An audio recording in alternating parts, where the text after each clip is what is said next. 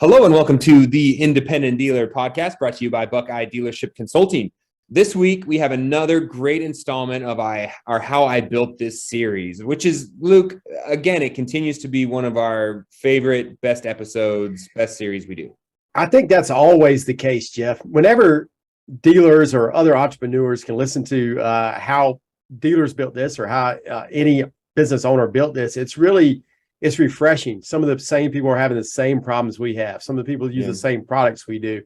And sometimes it's better to hear where somebody's made a mistake so we don't go and make that same mistake, right? Do the same thing. Yeah. And this week, so we have two of the owners from iGo Motors. iGo Motors is located in Kentucky. We were able to get Michael Meyer, the president, and Elizabeth Taylor, the CFO. So really interesting story you guys are going to hear on how they kind of developed this car dealership, on the back of a napkin from the ground up. On the back of a napkin. They are now February 2013, they sold their first car, Jeff. Almost 10 years, and they're selling now 160 cars a month. All buy here, pay here. All buy here, pay here. 4 locations, 5 owners, which kind of blows my mind. I couldn't even imagine having to talk to 5 different people to make a decision. 80 employees, Jeff. Wow, that's a lot of folks working there. And a central, recon facility and headquarters. Man, I tell you, that's what my dream is one day when I want to get big. I don't probably really want to get big, but anyway. But if you did, that's a great model, I think. It's the way to do it. And I tell you, there's a lot of good information in here. And Jeff, what's neat is they talk about their use of GPSs and reinsurance and and going to conventions and things like that. So many of our sponsors, that's what they're about, right? And it was just, it was great to hear them talk about those things. Yeah. These guys are using those products that we tell you to use every single time you listen to the podcast, right? We say, get your reinsurance set up with Buckeye, call the guys there, get your reinsurance going. It's a great way to take care of your customers. We say, call Passtime, right? Another great sponsor of the podcast, give them a holler and get your GPS situation figured out because you need to protect your assets. And what else did they talk about this, right? It was so funny. And the other thing they talked about, they opened in February of 2013 in the middle of tax season. And Jeff, they didn't even know what tax season was. That's crazy, right? Yep. They just happened to time it just right. And of course, you guys know TaxMax, another great sponsor of the podcast. Now is the time to get your tax program set up.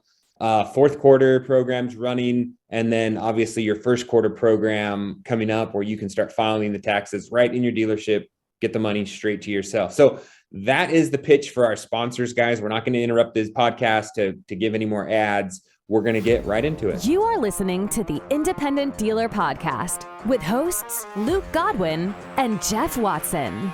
So that's actually kind of a funny story because my background has nothing to do with automotive at all. But I was in business, so we were building houses. They had a construction company here local, and we were doing general contracting and building custom homes. And so we had a lot of the guys that we hired were using buy here, pay here services. And there was this one particular buy here, pay here in our town that just had a bad reputation. And me being a business guy and, I kind of reading between the lines, I could tell, even though people really had a lot bad to say about him, he wasn't doing anything illegal. He just wasn't taking care of his customers.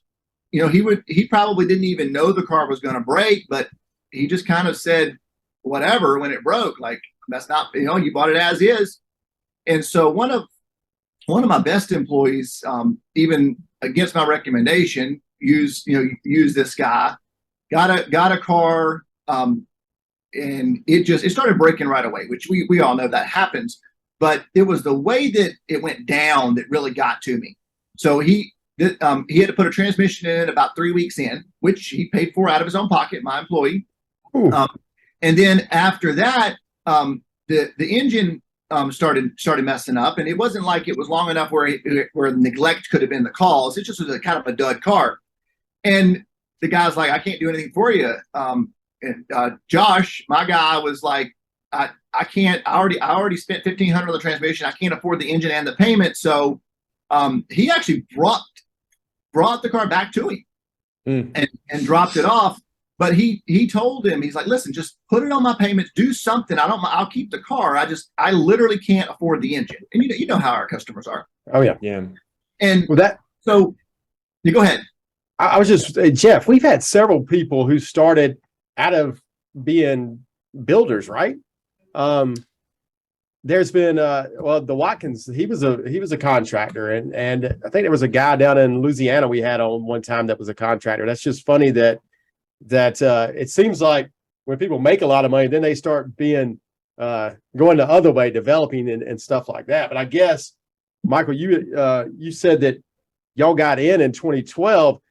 I mean, was the housing market going to crap, I guess, and you had to figure out something else to do? Our local area doesn't really go up or down with the bubbles so much.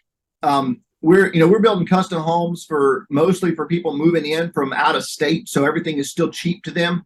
So when you hear about the housing market crash, when it's crashing in Nashville and Atlanta and LA, people are still moving here in a little rural town of Columbia, Kentucky. So we never actually saw a bubble, nor did we see a bust. We were pretty steady.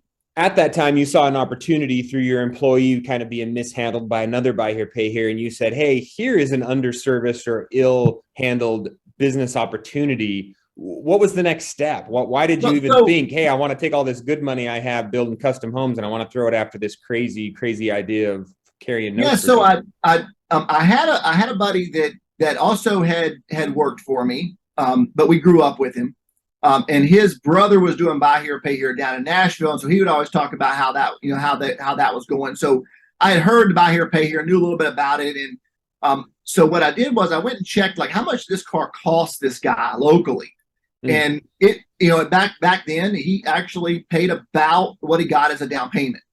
We all know that's old school, but they were, back in 2012, this guy bought this Dodge car for $1,500 ish. I don't know, but that's about what the going rate should have been at the auction.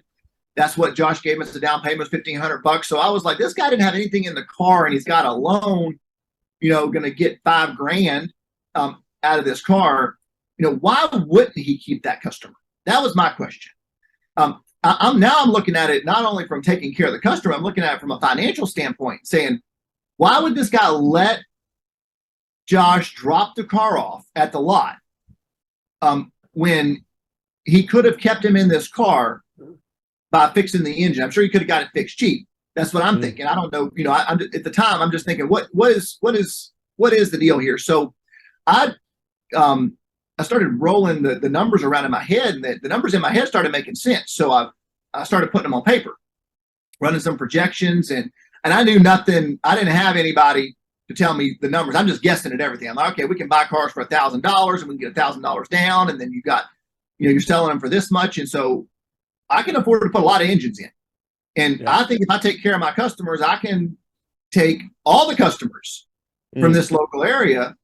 And so the numbers that I put on paper didn't pan out. We couldn't find cars for $1,000, but we made adjustments as we went. The fact of the matter was there was money to be made, and you could do it while taking care of the customers. So you had that idea. You saw that there was the opportunity. I want to know logistically. I mean, did you drop the construction thing and go out and start buying cars yourself and putting them on the lot or selling them? Did you bring in partners? And was your idea to scale to the point you are now, or did it start out like, oh, this will be a fun little hobby? Yeah. So no, the idea was definitely not to scale. And the idea was not to quit construction.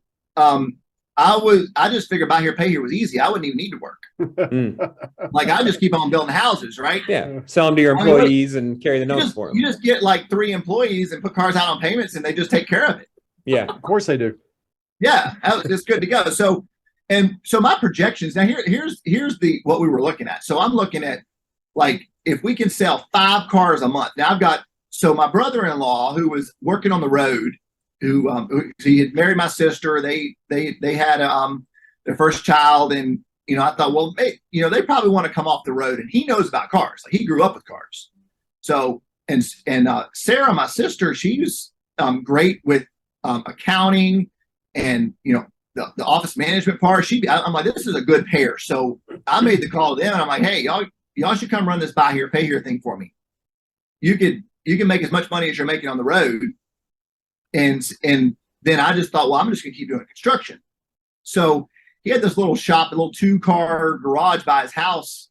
And so we set up shop there, and we said, well, if we can sell 5 cars a month, he can get paid. I can get paid a little bit. It's like a side gig for me, and we'll be good to go. So we figured if we sell 10 cars a month, we were really doing something. I tell you, because again, this is a job for them and a side gig for me. What's so funny is that I've just seen this start this way so many times. And what you find out quickly in the buy here, pay here space, there's a number that you have to sell to make it make sense. And selling 5 or 10 doesn't necessarily make sense, right? Right. And that's how long it take you to figure that out. I'm not getting paid because, I'm just, getting, it's just a business for me. And, if it'll grow into a little something on the side, I'm happy. So I'm just over here doing the construction thing. And then as long as I can afford to pay, Carrie and Sarah, my brother-in-law and my sister, what I agreed to pay them, I was good to go. So I did need a little bit of money. I had a little bit of money. I needed a little bit more money to get this thing going. And so I went to my brother, and I said, hey, you want a piece of this thing? Like I'll give you some equity in this little thing that we're doing, and you put in some money. And so that was my first partner, was my brother. And he was on the road as well. He was working for the same company that Carrie was working for, on the road, but he had saved a little money. So between his money and my money, we're like, yeah, we can sell like 10 cars a month for a while. And so we sold our first car in February of 2013. So we literally opened in tax time, and we didn't really even know what that meant, but that was a good thing. The only problem was we sold 40 cars that month. Oh, buddy. And you had no more cash. Yeah, now we're definitely broke. All of our money has been spent. Yeah. My money, his money, all of our money is now out on the road. And we're like, we either have to stop or we have to find some money. So this is the story of every buy here, pay here story. I mean, honestly, we were doing great. We had all this cash, and then we had tax time, and then all of our inventory went away, all of our cash went away, and then April 15th hit, and then we were really screwed. I mean, that's kind of like, we're just plain broke. Tax guy said, yeah, you made a lot of money. And we're just like, no. Where is it? No, we didn't. It's all gone. We're very broke. Oh my gosh. So you sold 40 in February or in March, February together? Just 1 month. First month in February. And how many cars did you have? Well, we sold them all. That's all we had. That's all we could afford to buy. We went to the auction. We started buying cars, and then they started selling faster than we could buy them. So then I had to jump in, and me and Carrie were both buying, even though I wasn't supposed to be working. I'm buying cars. He's buying cars. He's trying to fix them. He's working at night. He's swapping engines on the floor, no lifts. Oh my God. We quickly had to hire him a helper, which we weren't planning on doing. We wouldn't, it was just supposed to be him and Sarah running this thing. And so we ended up getting that 40 gone, but we had no cars left, no money left. That was it. Yeah, I've been there. I've seen this exact thing play out. So February goes, you buy some more cars, you get those ready, business slows down a little bit. Maybe it doesn't, maybe it picks up. When did you leave the construction business? It was a little while in. So what happened after we ran out of money that first month, that actually Elizabeth's dad, another one of the partners, Alan Lindsay, he was one of the guys that I was running all these numbers by early, even as I was going through it, kind of as a check. Like, hey, here's what he wasn't necessarily. I wasn't prospecting him as a partner, but he was just a great business guy in the area. We knew him, we hung out with him, and so I'm running all these numbers by him, and he's like, "Yeah, I would never get in the car business like that, not me." And but he was helping with the numbers and running and building spreadsheets for me, and he started getting a little bit more and more interested, especially in what we were doing, not necessarily in the car business, but helping people get transportation. He started getting interested in that aspect of it, and so he floated the idea of coming on board with some cash as an equity partner fairly early on, and I was really not interested in partners. That it wasn't how I roll in the construction business. I kind of like to call the shots, make the decisions, and not have to worry about other people. But it ended up where it did start to make sense, and he was persuasive, and he had some money. He actually loaned me money before he became a partner, and that's how we were able to get through the second month.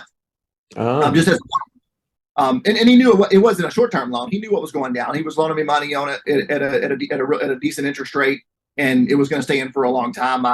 Then family members started pitching in. They liked the interest rates we were given. We were doing 20% early. Whoa, to investors? What's that?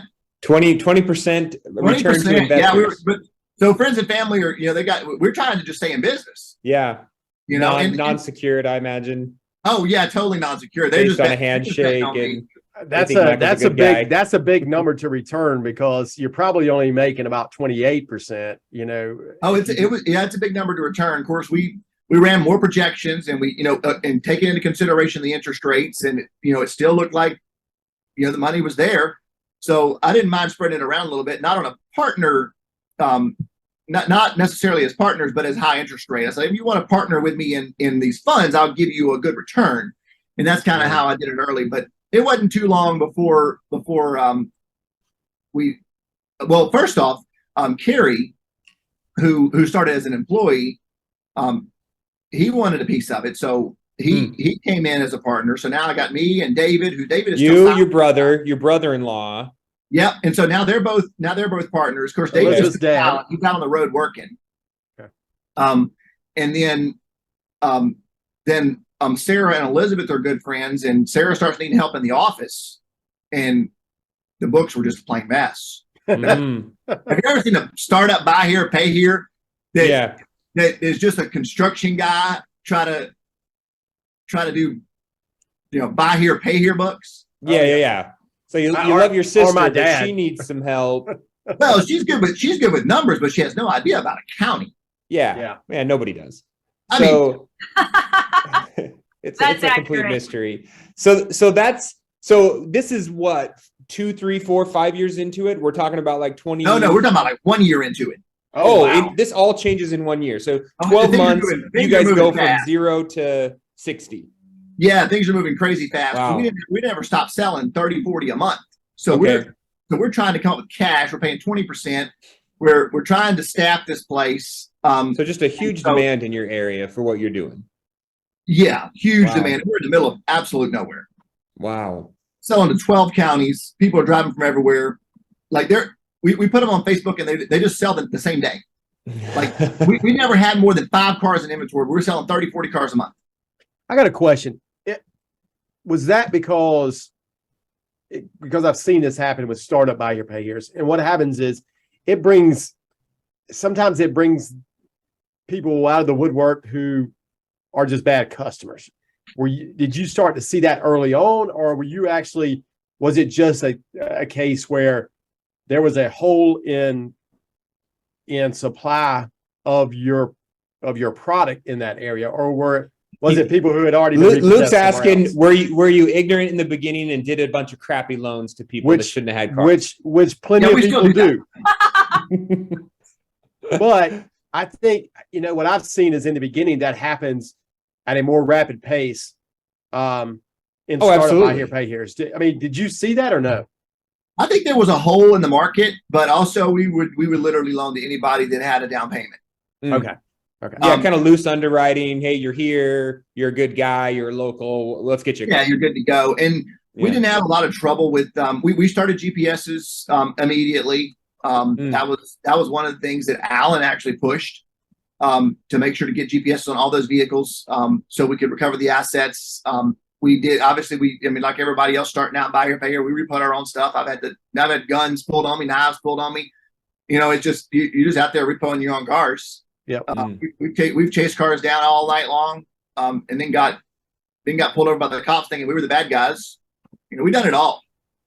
So at what point in the journey did you come in full time? was it a year in, 2 year, 3 years where you said, okay, this is now making more sense for me as a career than the construction thing? I'm all About in 3 on this. years. Yeah, about 3 years. Okay. Yeah. Although I was before I came in full time, it was taking a lot more time than I thought it was going to take. So I was basically running 2 full-time jobs. Yeah. But before I decided the construction thing needed to go because this was the real deal, it was probably 3 years in. I imagine you weren't married, didn't have any kids at the time. Oh no, I was married with kids. Whew, man.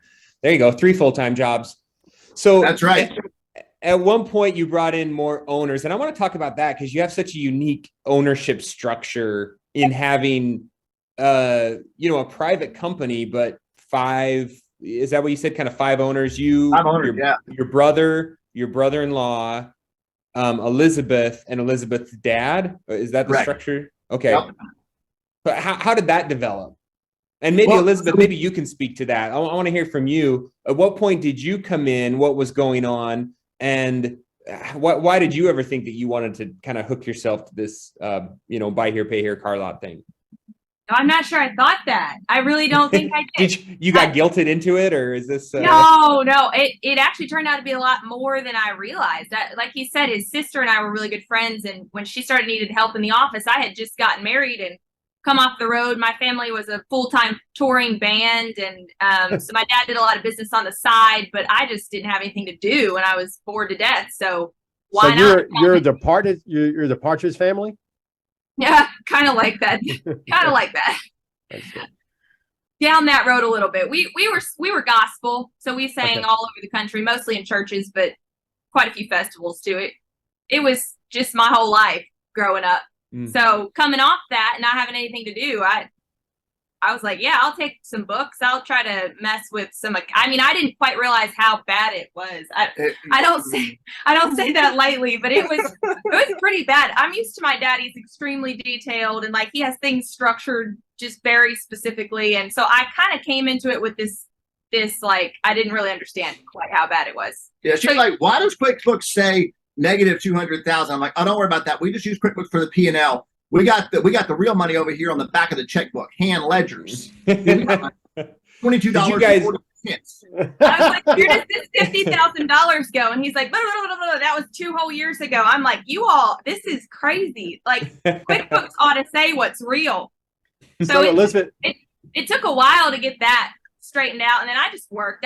It turned out to be a lot of fun. It was a tiny operation, good friends, and then Sarah kept having kids. And they'd be in the office. It was just a good time. Like I just loved it. I still to this day I don't know very much about cars, but I do love the business. And so we kept working, kept selling. I was doing everything from taking payments to repos to dealing with the repoed customers to banking to bookkeeping, and it was just flat a good time. And I have no idea to this day why, because if you told anybody that, they would die of boredom. But then you're in it and it's really fun. So are you a trained accountant or CPA or anything? No. She is now. She's been trained in the buy here, pay here business.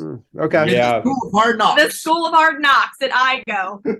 Yeah. It really is. And my dad helped a lot. I like to say I reeled him in because he wasn't a partner when I came on as the bookkeeper.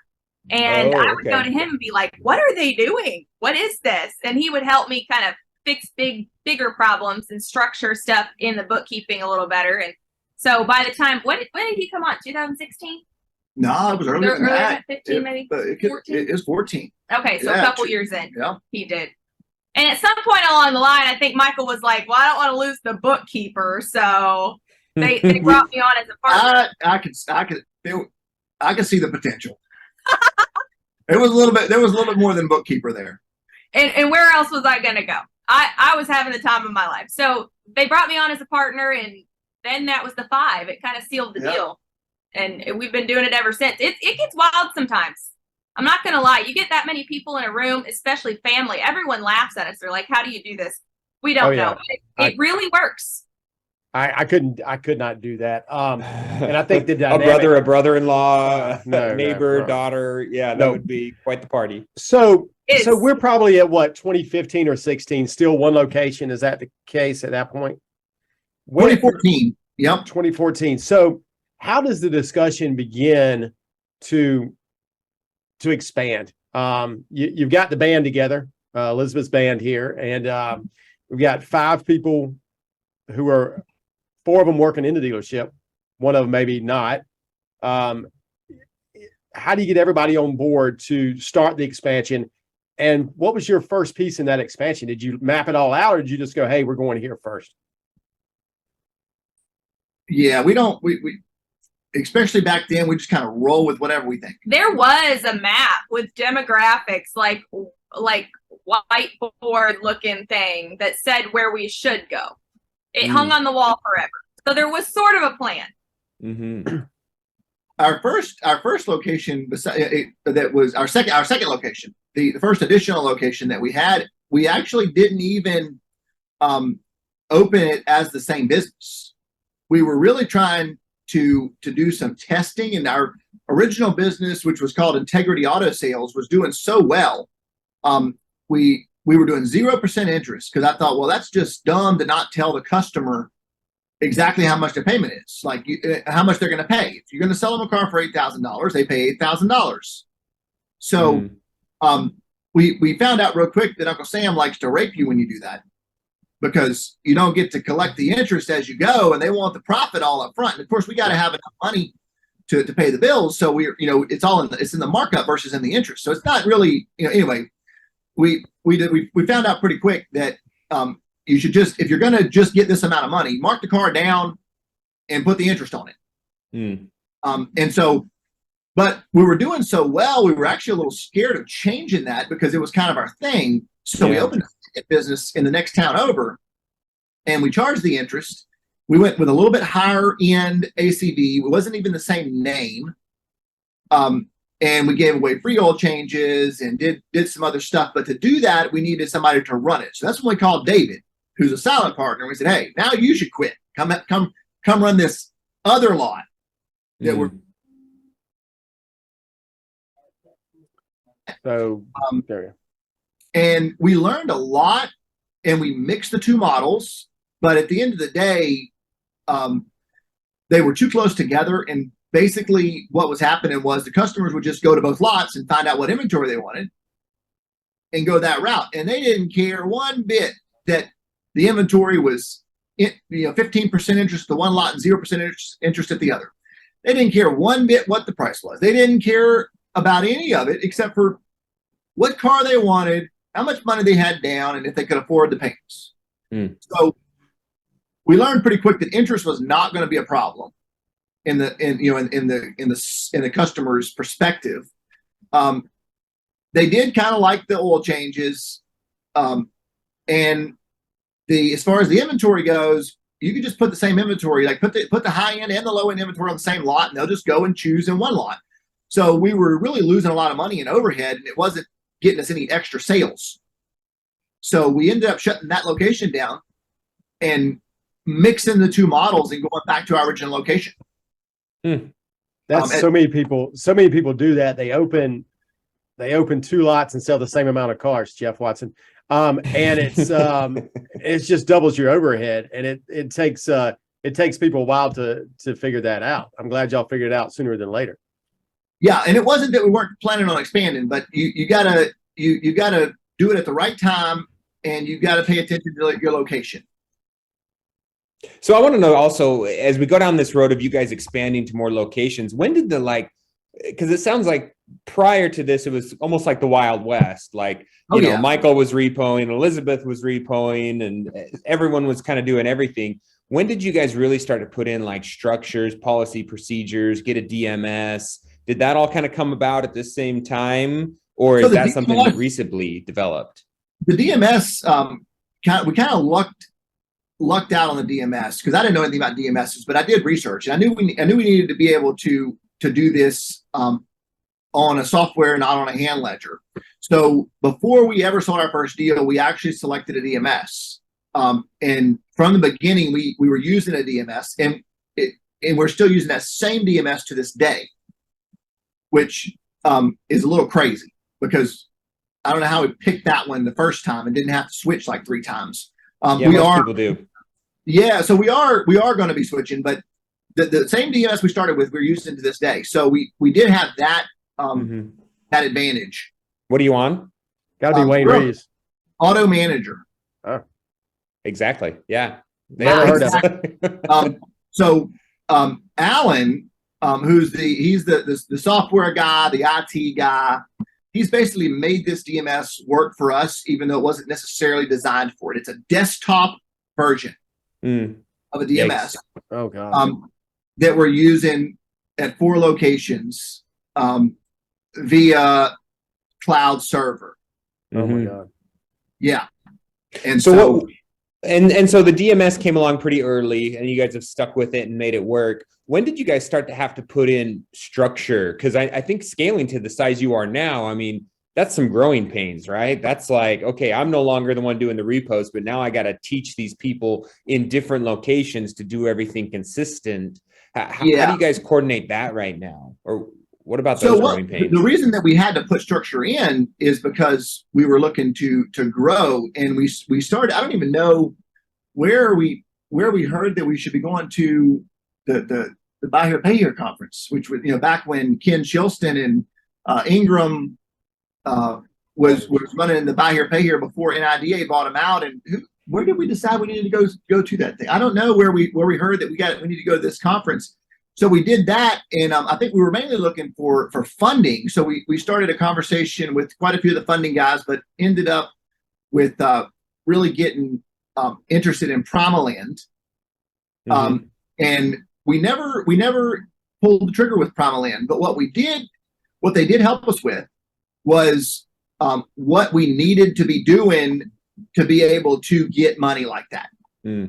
So when we started needing money, we had to come bring the structure together, make sure that the accounting was in order, make sure that the accounts were in order, that we had proper contracts, that we're doing things right. So that's kind of where it started, was at the conferences, where we started to learn, okay, we got to do this and we got to do that. And if you're going to expand and you're going to get this funding, you got to be doing things a certain way. And so that's where it started, was at our first conference. And we, that was in 2016, when we went to that first conference, and we met, Tim Bird with Dealer RE, back before every other booth was reinsurance. Or there was CPI. just and he was one of them. So It's so true, like when you kind of build it, when you build a business, and myself too, I'm similar to you guys. I kind of built the plane as I was flying, right? Like I was like, oh, let's get into this. And it sounds like that's kind of where you guys did it. Like, oh, this is a great opportunity. Let's jump in.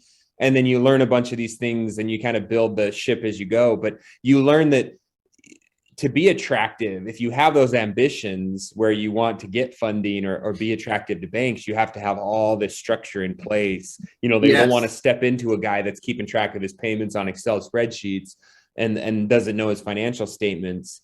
Luke, I think we talked about that. Like, build it as if you're going to sell it. You may never sell it. You may not ever want to sell it, but you have to build your business as if someday you were going to sell it.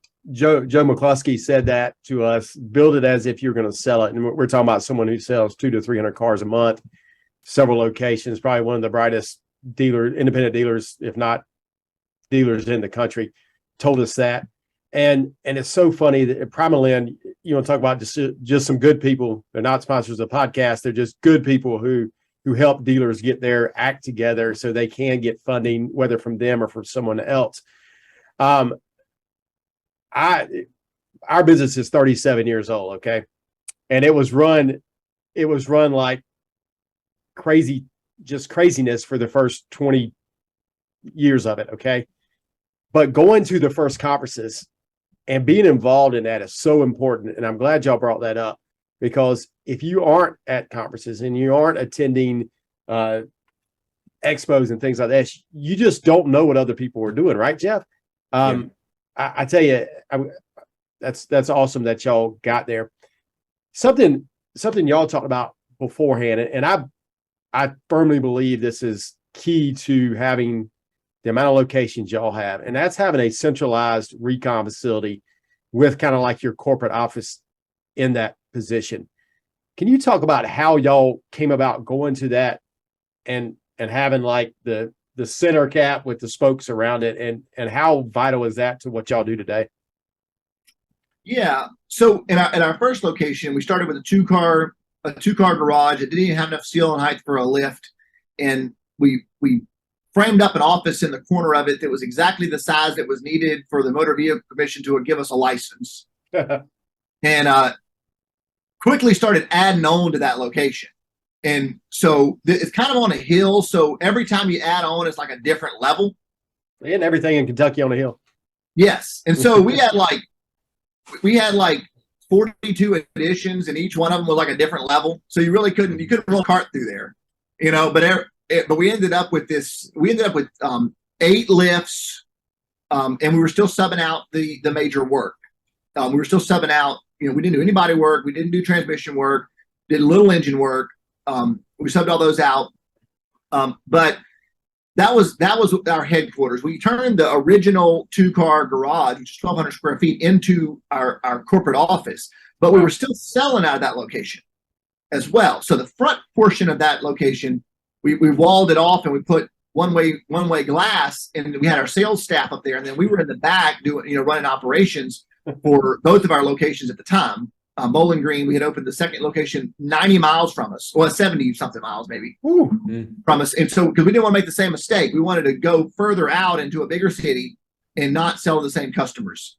Mm-hmm. So we put a location out into a larger area, and we were running those locations from Russell Springs, but we were having a lot of trouble with the sales being on site of the recon facility, because the customers would come in and they'd have these issues, and the salesmen want to run them back to the recon guys, and we were having major inefficiencies trying to. And then you get your cars coming in, you get your cars going out, trying to stage cars around your lot for sale. And everybody wants to know, is that for sale? Is that for sale? And it just became a very difficult thing when we were moving that many cars through.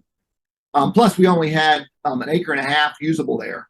We were just packed in there. Let me tell you how bad it was. I would pull up to work, and I drive a little Ford Focus, and I would just park it in the middle of the drive because I didn't know where to park. And I figured some mechanic would get in my car and move it to where that they needed it so they could get their work done and I could get to my desk. That's how bad it was. I believe it. That's yeah. Acre and a half. I couldn't imagine only having an acre and a half. I couldn't make it work. I think that model is so smart, though. We talk about it all the time, is you have a centralized recon facility that's separate from your dealership, so that like you said, your customers aren't like, oh, well, I can see an open bay right there. Why don't you just roll that in there? Or, hey, what's that car doing? Can I buy that one? And we battle that all the time at our place. We have a wall between the front and the back, and we say to salesmen, don't look behind the wall. Like, if it's behind the wall, don't worry about it. Sell what's in front of the wall. But having kind of that central recon facility, it seems like you'd be able to be, economies of scale are really nice to have everything kind of right there. But what about the distribution? Getting things, do you guys move cars between the locations? Do you have like a semi hauler that you ship these cars out to your sales lots? How do you handle logistics? Yeah, so what we did was we ended up moving the sales portion of that original location down the road about 10 miles into town. And then we had just the recon center there, but we were still subbing everything out. We have a 3-car wedge is what we used. And that's how we rolled everything in and out. And then our repo trailer was just like an actual trailer behind the truck that was like a tilt trailer with a winch. Oh yeah. But we drove a lot off with keys. So that's basically our fleet was a 3-car wedge and a winch trailer. And so we would move those cars out 3 at a time, to either of the locations.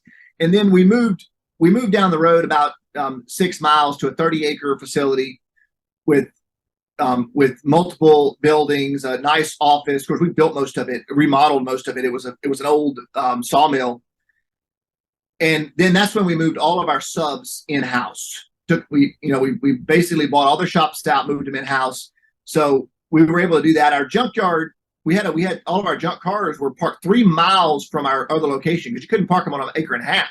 So the junkyard guys that were running, trying to pull parts off of our junk cars were running back and forth all day long on the road. That's just a hazard. It takes time. And so now we have everything's on site now. Junkyard's on site.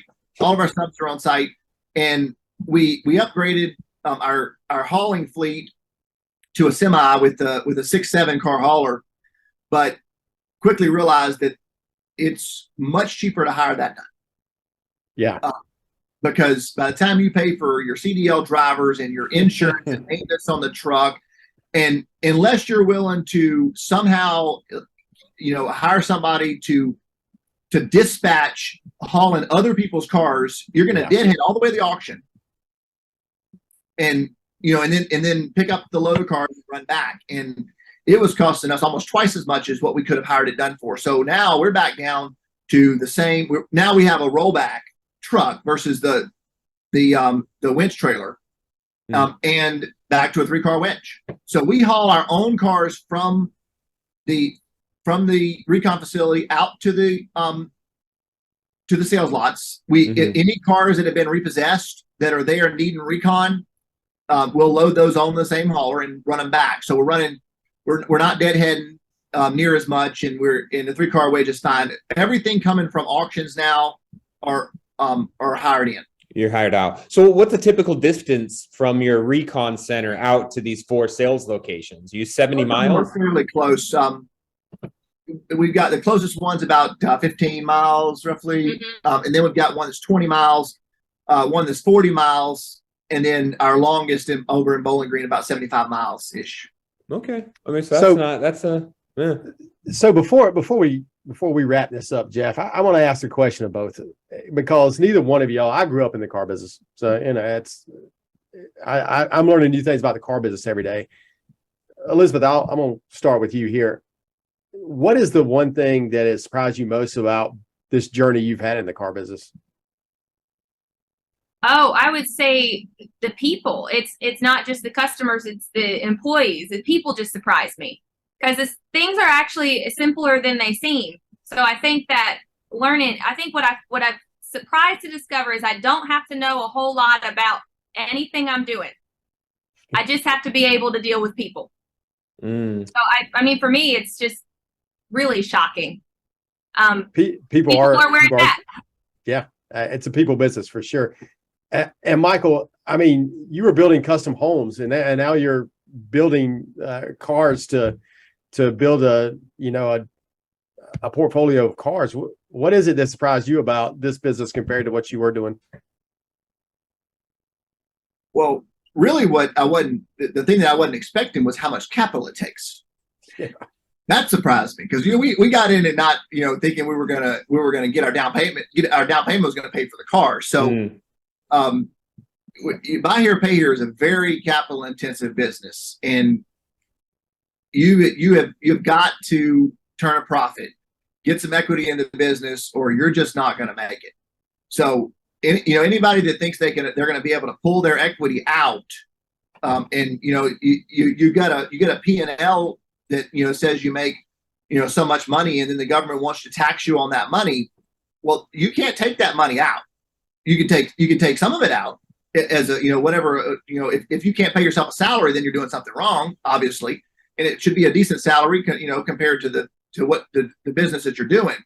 But it's capital intensive, and if you don't make a profit, you're not going to get anybody to loan you any money, because they're just not going to put their money up if you don't have your own equity in the business. So lot easier to loan money on real estate, isn't it? Yeah, we went to, and I had good relationships with a lot of banks, doing the construction, and I went to every one of those banks, and every one of them just laughed. Yeah, you're like, I'd like a loan backed on subprime auto loan. They're like, yeah, we could probably do a floor plan. I'm like, I know, I don't need a floor plan. Yeah. I'm not going to pay you when I sell the car. Yep. It's not a floor plan. I'm like, we don't do that. Yeah. We're not crazy. We're not in the business of throwing money away. I think that what surprised me was, when I got in the business, I thought, well, you don't have to make much money per car. Like, but really, you got to put that profit on the books, whether it's real or whether it's fake. You got to put the profit on the books, put the AR on the books, and get some equity in the business. So you're in a position to be able to retain some capital. Who did you guys, just as a side note, who did you end up going with? You say not Primal End, but with one of the local banks. Oh, really? So you did find a local bank to step in. We pulled it off. We got an accountant who was president of one of the local banks, and he sees the number, and we went to his bank, which he still has a lot of stake in, and they turned us down, and he was fairly upset about that because he considered it a good loan, and his biggest rival in business when he was banking, when he was the president of that bank, was a lot more aggressive and a lot more of a risk taker, and so he actually referred us to his biggest rival, and they came up with a plan which is very unique to be able to collateralize our assets, even without being set up like a Primal End or something. And we've grown with them for this whole time. We're about to their cap now, so we'll be on, but they've got us to where we are now.